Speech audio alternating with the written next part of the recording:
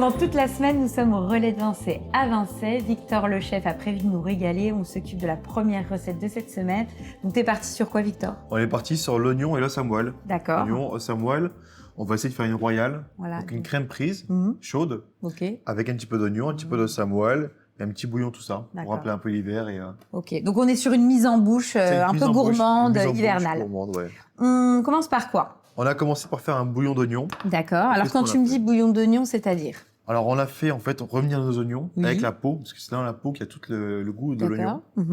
Et après, on a mouillé ça. Donc, on a mis de l'eau, mais nous, on a fait un fond blanc de volaille. Donc, un bouillon de volaille. On peut utiliser un bouillon de volaille ou de l'eau. Ou de l'eau. Ça marche très bien. On fait bouillir ça.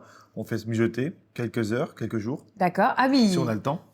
Et après, on fait réduire ça. Et ça va être vraiment une concentration d'oignon. D'accord. Tu vois, c'est vraiment une. Ah oui, ça donne. Noir. Ah oui, d'accord. Ah oui, donc ça ressemble même carrément à c'est un caramel d'oignon limite, quoi. C'est comme un jus de viande, pareil. D'accord.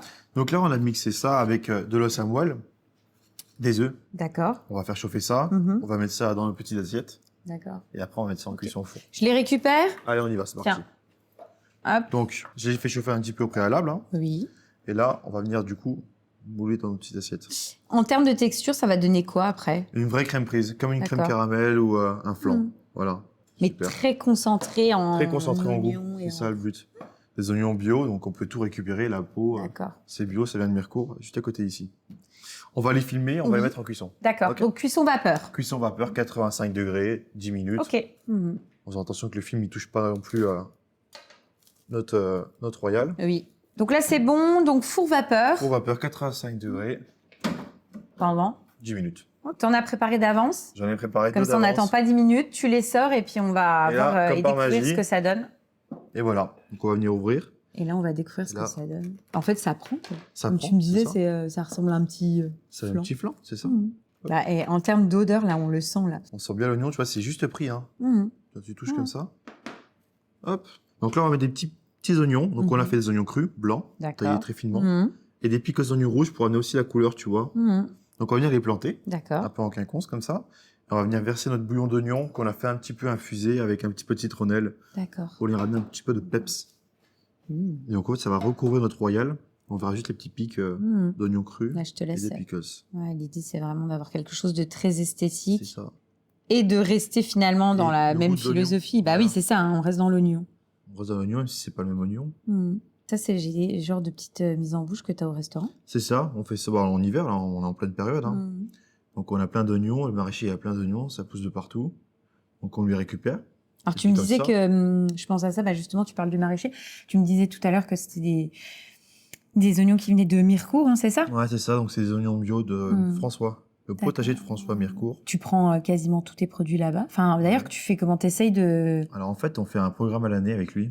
On arrive à avoir des beaux produits toute l'année. Là, ça commence à être beaucoup plus calme. Hein, parce que... Mais ça, c'est une des philosophies du restaurant. T'essayes de prendre des produits... Ouais, c'est pas facile tous les jours. On essaie de prendre plus de produits locaux aussi. D'accord. Et donc, devant le client... Hop, vous servez. On va servir le bouillon comme ça. Et ça va venir recouvrir la royale, tu vois. Eh ben, on va goûter. On déguste. Bon, on y va, on goûte. On y va, on déguste. Tu vois, ça part tout de suite. Hein. Là, t'as tout, là. C'est trop bon. L'oignon, la sucrosité, tu vois, mélangé avec le salé de samoile. Et ce qui est sympa, c'est de retrouver l'oignon cru, tu vois, et le façon pickles. Et en plus, ça te crée de la mâche. La texture, l'acidité de l'oignon. Non, c'est très, très bon. Et voilà, une belle ce qui est sympa, un petit pain de campagne là-dessus pour saucer, tu sais. Les petits croutons, comme il faut. Ouais, non, c'est top. Franchement, c'est une belle recette. Et puis, voilà, ça fait vraiment son effet, quoi. T'as un effet waouh. Et pourtant, bah, t'as que de l'oignon avec de l'os à moelle quand même. C'est très rustique quand même. Ouais. Voilà. C'est top. On fait quoi ensuite? On va faire le premier plat qu'on a créé ici en arrivant, c'est des ravioles.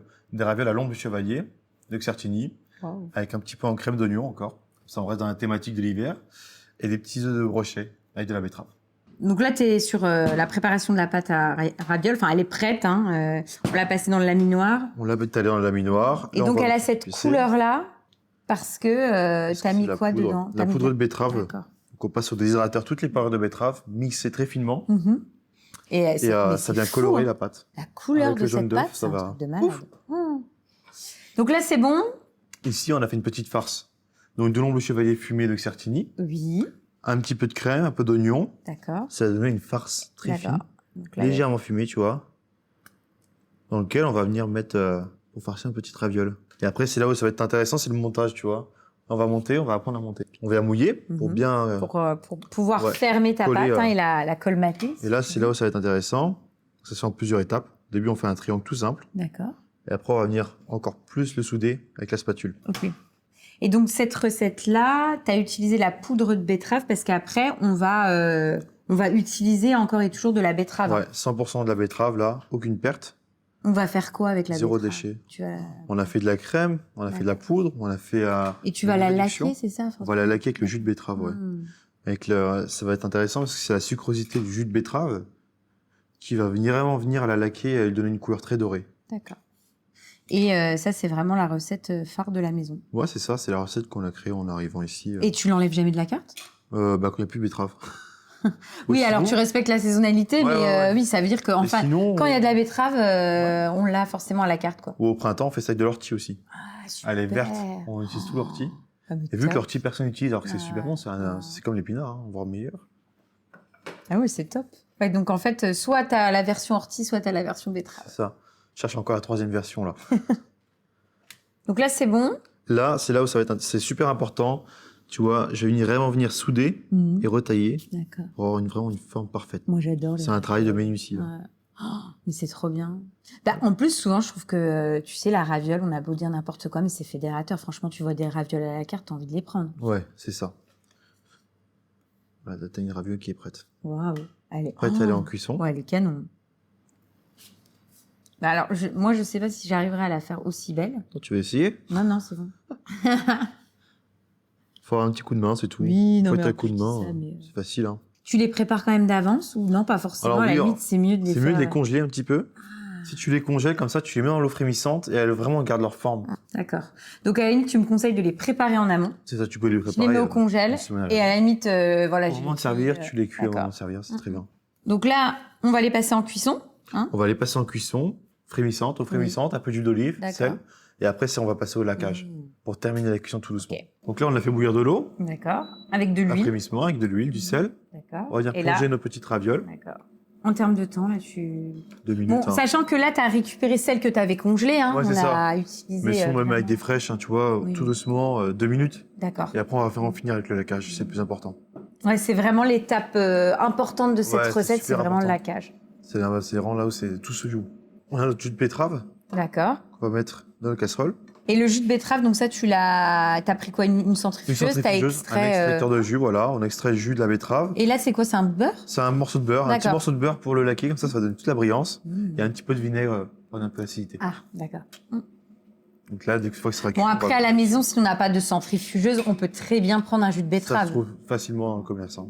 Allez, donc du coup, là, tu vois, nos ravioles sont cuites, 2 minutes. Donc tu les récupères. On les récupère tout doucement. On va les mettre dans notre jus de betterave. Et c'est là on va faire laquer après. C'est pour ça que le geste très important quand on les ferme. Vraiment bien les fermer avec la petite spatule. Et c'est ici que là, quand on fait réduire notre jus de betterave, ça va se concentrer, ça va faire comme un petit caramel de betterave. Et pour le coup, en plus, tu l'as cuit que 2 minutes parce que l'idée c'est de terminer la cuisson avec tout doucement. Le fameux jus de betterave. Et là, tu vas voir que ça va prendre une couleur très rubis. Et donc, quand tu fais avec l'ortie, tu utilises quoi? Enfin, pareil, un jus d'ortie? Ouais.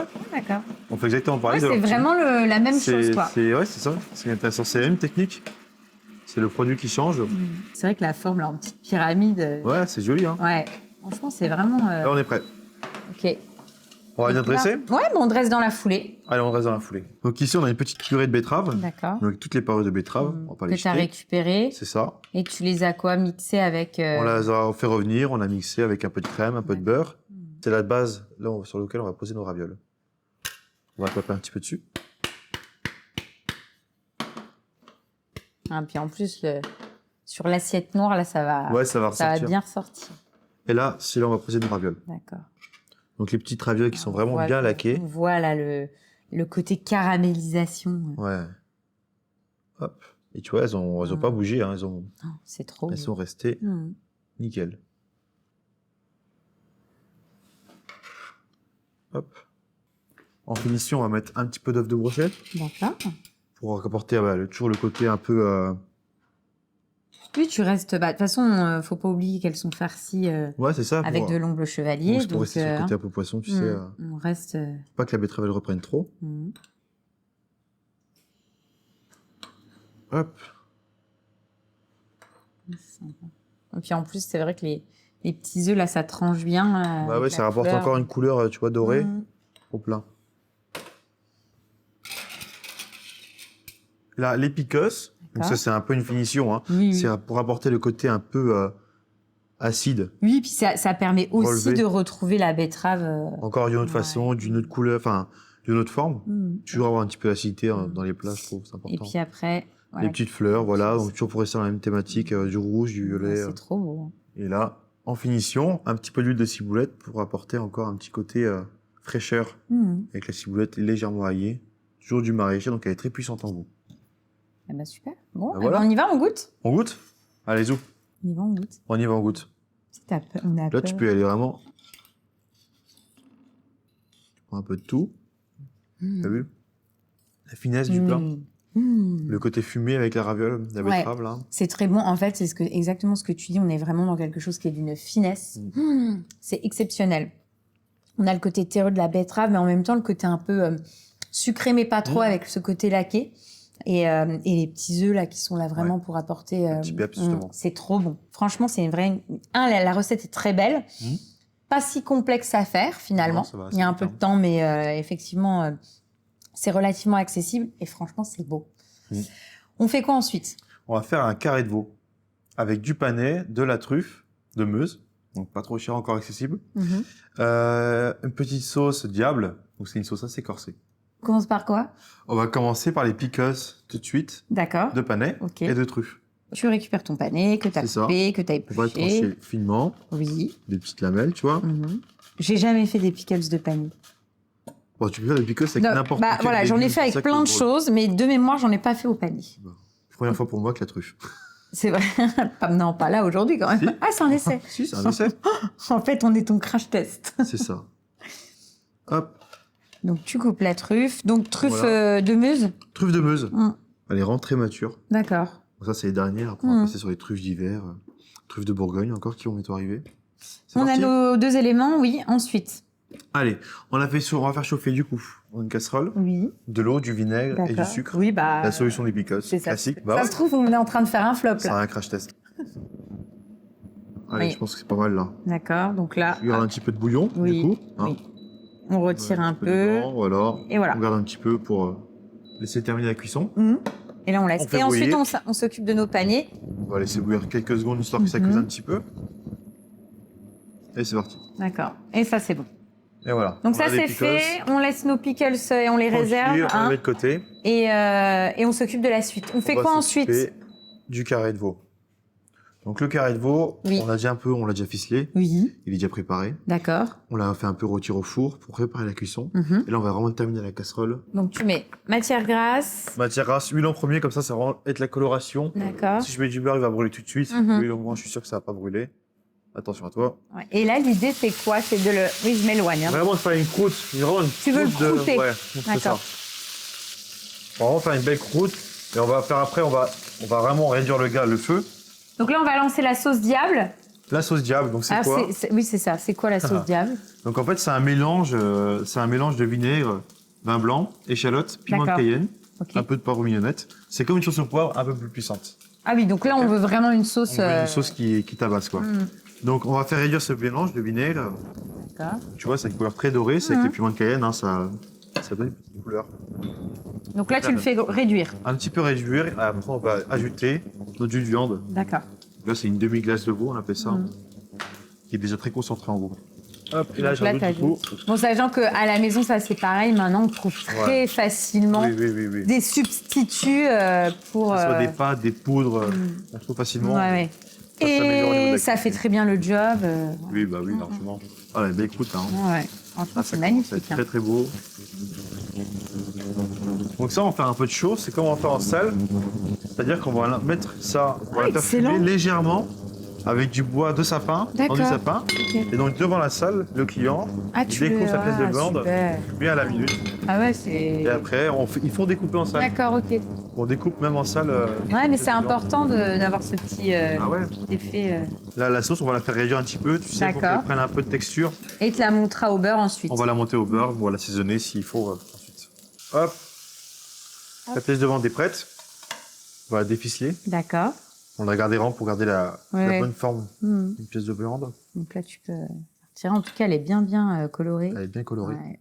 Elle a bien croûté. C'est ça, bien croûté. Et ensuite, on va la mettre à fumer. D'accord. Et comme ça, devant le client, je t'ai dit. Oui, tu le... Devant toi, on va vraiment sentir Donc là, tu as des branches de sapin. Des branches de sapin, voilà, un petit mélange. Oui. On va prendre un petit chalumeau. D'accord. Le fumoir. En goût, on va vraiment avoir ce côté en plus... Un peu fumé et boisé. D'accord. Ça va bien avec la pièce de viande qui est bien rôtie, tu sais, c'est dans l'esprit un peu hiver. Tac, on a même le fumoir. Donc là, c'est là on va venir faire fumer la pièce de viande, tu vois. Oui, puis maintenant, des petits systèmes comme ça, on en trouve hyper facilement sur Internet. Hein, c'est un truc de fou. Sinon, tu prends une chicha. Hein. Au pire, ouais. Hop là. Donc là, on va le laisser, infuser, on va dire ça comme ça. Popote, tranquille. D'accord. Et nous, on va dresser. Ok. On a fait un petit yaourt. On a fait fumer du yaourt. Donc ça va adoucir un peu la sauce diable qu'on a. Donc ça, après, on va poser notre viande dessus. Et ça va rapporter le petit côté un peu... un peu lait, tu sais, laiteux, déjà du veau. Et en plus, le côté fumé qu'on peut retrouver. Oui, qu'on va retrouver dans la viande. Ensuite. Hop, donc ça, c'est une purée de panais. On fait des petits points. D'accord. Ça, c'est ça. Tu le travailles comment? D'accord. Donc, tu récupères en fait la pointe de ton pané. On récupère les pointes des panais. On les fait un peu au beurre. On les oublie au four. Quand tu dis oublie, c'est quoi? Ouais, limite... tu vois, ça brûle un petit peu. Hein. C'est vraiment légèrement brûlé. Donc, on va les oublier au four. Ça va un peu confire et ça va un peu brûler. Donc, c'est là où ça va être intéressant parce que le panais, c'est un peu sucré. Donc, ça va un peu caraméliser. D'accord. Donc, tu as un côté un peu caramélisé et grillé. On va dire ça comme ça. Tu vois, on en pose un petit peu comme ça. Donc, on va mettre les petits pickles de panais qu'on a fait tout à l'heure. Oui, et puis ce qui est sympa, c'est que on retrouve à chaque fois le produit avec différentes formes. C'est ça. Et donc notre expérience de truffe. Notre expérience de truffe. On va voir ce que ça donne. Bah oui, on verra. Hein. Tu vois, hop. Donc un peu de truffe en pickles, on va mettre un peu de cru aussi pour rester quand même côté nature du produit. Hein. Et là, du coup, pareil, 0 déchet. Donc ça, c'est quoi? C'est des tuiles de panais. Bah alors, en fait, c'est une pulpe de panais. Oui. Qu'on récupère, on met un peu de maïzena, on fait sécher au four. D'accord. Donc c'est un peu déshydraté, tu vois. Hop, ça croustille. Ça fait vraiment une... Et ça goûte panais. Donc ça, c'est bon, et on va s'occuper de la viande. La viande, on va donc à la fumée. Oui. Donc, la pièce de viande. Et là, tu vas la trancher. C'est là qu'on va voir tout de suite... Et la cuisson est belle, tu vois, elle est juste rosée à cœur. C'est ce que tu voulais, quoi. Ouais, c'est ça. Donc des fines lamelles. Et voilà. Et ensuite, on termine avec... La sauce, un peu d'huile de ciboulette toujours, c'est un peu pareil, c'est la signature de la maison. Oui. C'est la petite finition qui va bien. Et puis notre sauce. Notre sauce qu'on va venir verser juste par-dessus. Donc, il a un peu monté au beurre, tu vois.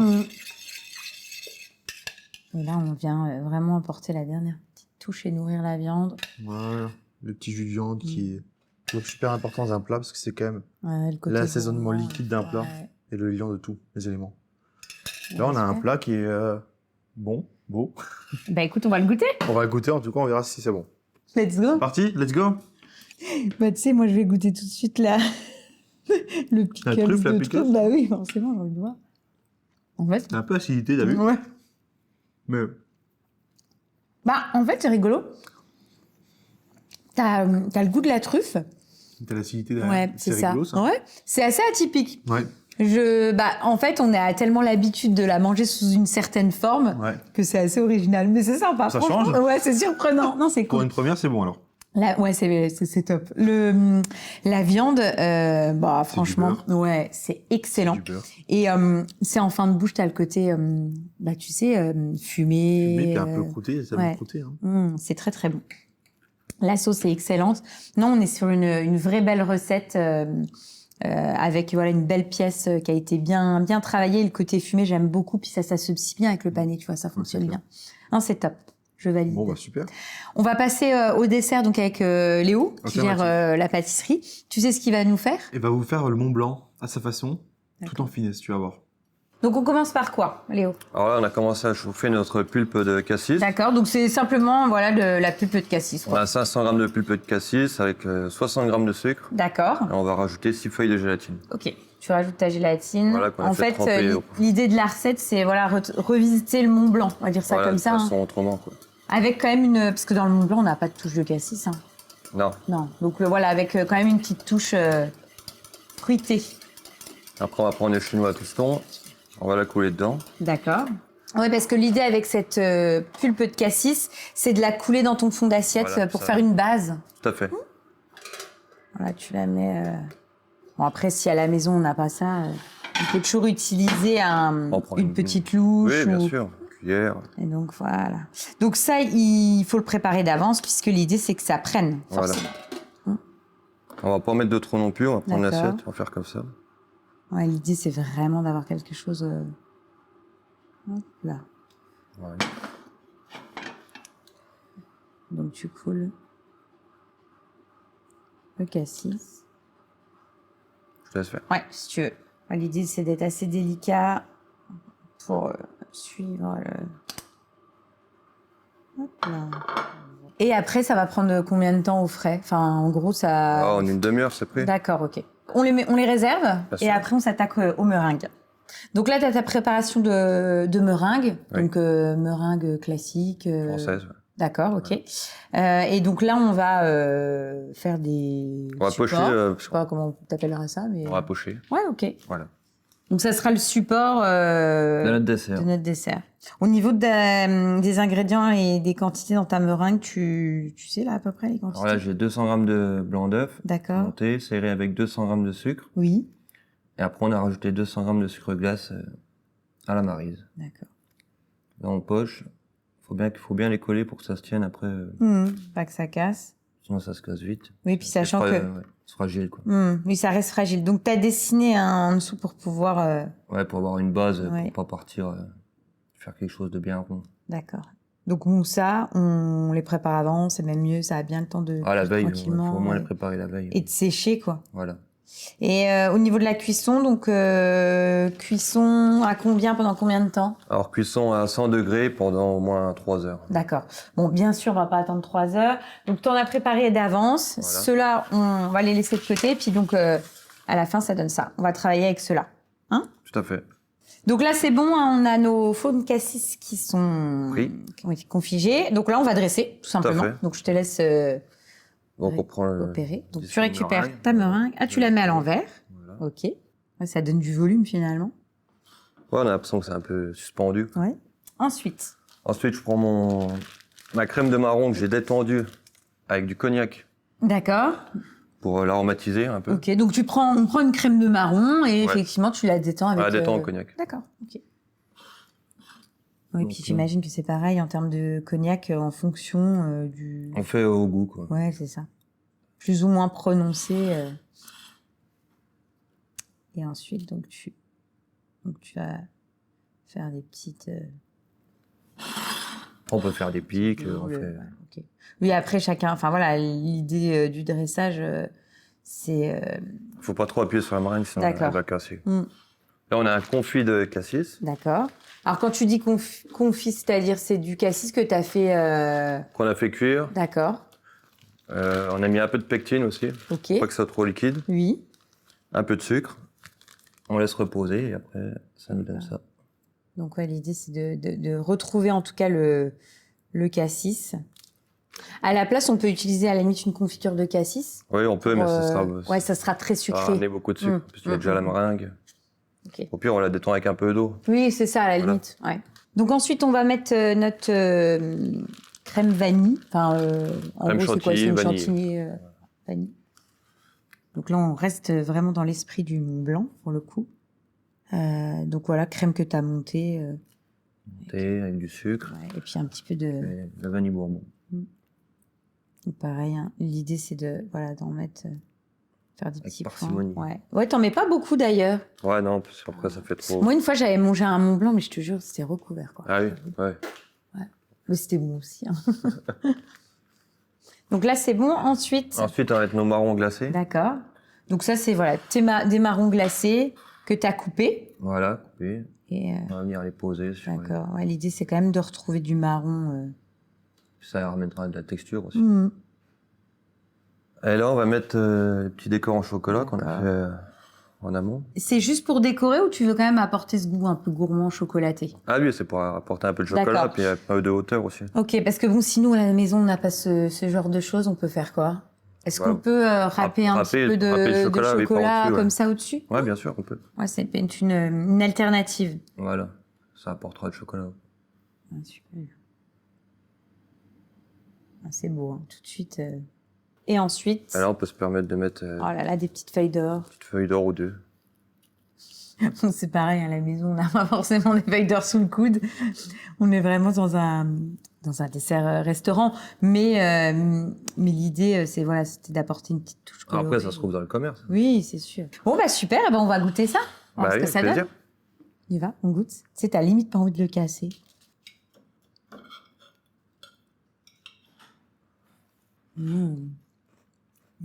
C'est top, c'est très bon. On va bien ensemble. Le cassis, j'avais jamais imaginé d'associer finalement les deux. Et ça va très bien ensemble. Comme tu dis, ça calme en fait le côté... lourd, quoi. Ouais, le côté lourd du marron. Pareil, la vanille, la crème, enfin la crème montée, en toutes ces quantités, on en a mis, c'est parfait.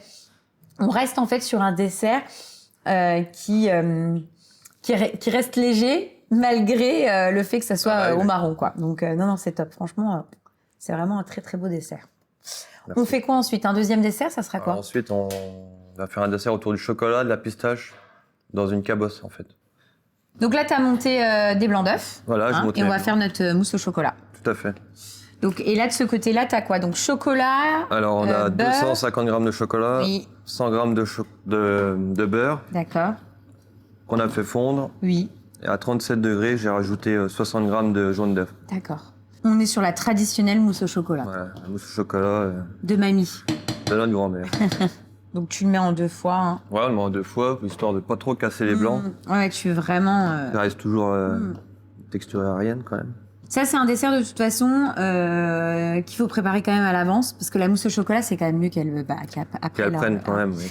D'ailleurs, je la prépare combien de temps à l'avance? Une mousse au chocolat, il vaut mieux la laisser reposer combien de temps? 1 heure à 2 heures. Donc toi, tu vas la mettre en poche. On va la mettre en poche. Toutes tes recettes comme ça, c'est des recettes que t'as... En gros, que t'as eues où? T'es plutôt d'ailleurs très traditionnel. Je fais des expériences chez les autres restaurateurs. D'accord. Après, c'est... Est-ce que tu les modifies beaucoup? Ouais, oui. Ouais. Elles évoluent dans le temps. Ouais. Donc on réserve ça et après ça on va le mettre dans la cabosse. Ah, on le met tout de suite, d'accord, ok. Tu le mets dans ton contenant. Donc là, tu dis une cabosse, ça a quoi? Ça ressemble à une fève... C'est ça, c'est une fève de... Ouais, c'est ça, tout à fait. Cacao, quoi. Et à la fin, ça nous donne ça. Waouh. La recette n'est pas finie encore. D'accord. Donc là, c'est bon, on a mis notre mousse. Voilà. Donc là, après, on va couler notre panna cotta à la pistache. D'accord. Donc là, les ingrédients de ta panna cotta pistache. On a 1 litre de crème. Oui. 200 grammes de lait. D'accord. 70 grammes de sucre. 5 feuilles de gélatine. D'accord. Et de la pâte à pistache. Pâte à pistache. Voilà. Hop, et donc finalement, tu vas couler ta panna cotta de l'autre côté. Voilà, comme ça fera un dessert en 2 parties. Et donc là, les deux là, on va les réserver au frais. Là, on les réserve au frais pour que ça prenne. Donc tu en avais fait d'avance, parce que le principe c'est que ça prenne. Donc ça donne ça quand c'est pris. Et là, on va faire notre montage. On est quasiment terminé. Voilà. Finalement, le plus long, c'est... je crois que c'est le temps de prise qui est le plus long dans cette recette-là. Tu vas rajouter... On a une crème montée mascarpone avec de la fève de tonka. D'accord. Donc c'est quoi? C'est simplement de la crème, du mascarpone. La crème, un peu de mascarpone pour donner plus d'onctuosité. Oui. Et on a râpé de la fève de tonka par au-dessus. D'accord. Voilà. Donc pareil, tu la laisses reposer et là, hop, tu mets ta petite crème fève de tonka. Donc là, on est vraiment dans un dessert gourmand là. Oui. Là, on a des amandes défilées qui ont été passées au four dans un mélange de sucre et de blanc d'œuf. Oui. Ce qui fait que ça forme une pellicule beaucoup plus croustillante. Donc là, tu vas apporter du croustillant à ton dessert. Et donc, tu vas rajouter ça. On dirait un peu on dirait des frosties. Oui, c'est ça. Oui, et puis ça permet finalement d'ajouter un côté biscuit à toutes ces... de croustillant qui nous manquait, quoi. On peut faire la même chose avec des pistaches. D'accord. Ah oui, on aurait pu, c'est vrai, rester dans l'univers de la pistache. Tout à fait. Et donc là, tu vas rajouter une petite boule de glace. Donc c'est glace quoi, pistache? Pistache, ouais. Enfin voilà, à la maison, on peut acheter une glace à la pistache. Oui, industrielle, oui, bien sûr. Voilà, ça fait le job et ça marche très très bien aussi. Pistache ou chocolat, c'est... D'accord. Et ensuite... Là, on va prendre nos couvercles. Et on referme. Et on referme. Ah, c'est trop... Et on goûte. Et voilà. Super. Let's go. Donc l'idée, c'est quoi? C'est de manger enfin, prendre un peu ici, avec ça, tu mélanges tout, quoi. Ok. Super.